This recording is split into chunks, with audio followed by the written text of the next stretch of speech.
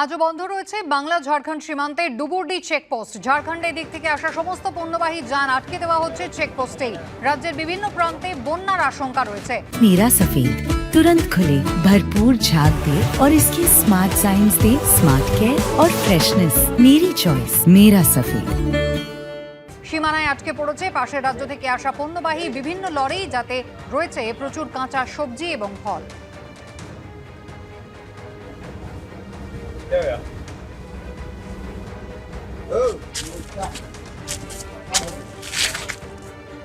मेरी गाड़ी के अंदर कच्चा माल है। अगर गाड़ी ज़्यादा दिन रुक गई, 1-2 दिन रुक जाएगी, तो माल ख़राब होने की संभावना। मैं आ रहा था जी पंजाब से, कटवा मंडी जाना है मेरे को एप्पल लेकर। यहाँ से कौन संकेत डैम से पानी छोड़ दिया है, जिस वजह से बॉर्डर को सीज किया गया। ये सूचना मिली, बाकी का आगे का पता नहीं कि क्या कारण है जी। मैं शिमला से अरोड़ो से माल लोड किया, सेब लोड है गाड़ी में, एप्पल लोड है।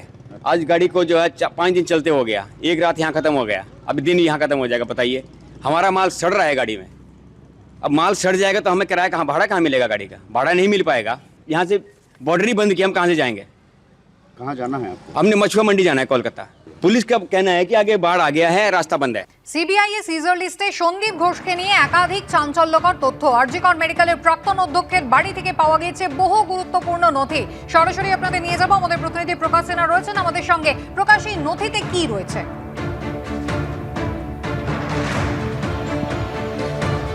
দেখো, তুমি জানো প্রথম দিন থেকে দুর্নীতি মামলা তদন্ত করতে গিয়ে সিবিআই তরফে যেটা দাবি করা হয় যে সন্দীপ ঘোষের বাড়ি থেকে এমন কিছু নথি পাওয়া গেছে যেটা তার বাড়িতে থাকার কথা নয়। এবং আজকে যখন সিজিআর লিস্টের কপি আমাদের হাতে রয়েছে, সেখানে দেখা যাচ্ছে যে সন্দীপ ঘোষের বাড়ি থেকে আরটিআই এর কপি পাওয়া গেছে, অর্থাৎ আরজিকর বা সেখানকার পরিষেবা নিয়ে একাধিক যে আরটিআই হয়েছিল তার কপি, তার রিপ্লাইয়ের কপি তার বাড়িতে রয়েছে। সেটা সেখানে কেন ছিল, কি করছিল?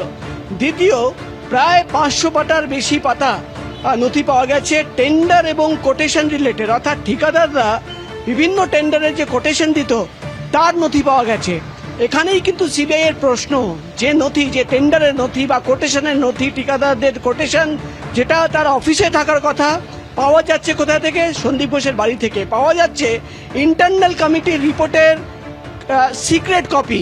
সেটা কিন্তু বাড়িতে পাওয়া যাচ্ছে। ওসি টালাকে তিনি একটি চিঠি দিয়েছিলেন ই টেন্ডারের, তার কপি পাওয়া যাচ্ছে। অর্থাৎ এই সমস্ত কপি সন্দীপ ঘোষের বাড়িতে কি করছিল, যেটা অফিসে থাকার কথা, সেটাই কিন্তু এখন সবচেয়ে বড় প্রশ্ন। এবং তদন্তকারীরা এটা সামনে রেখেই কিন্তু তদন্ত করছেন। তাহলে কি সেই সমস্ত নথি নিজের বাড়িতে লুকিয়ে রাখার চেষ্টা?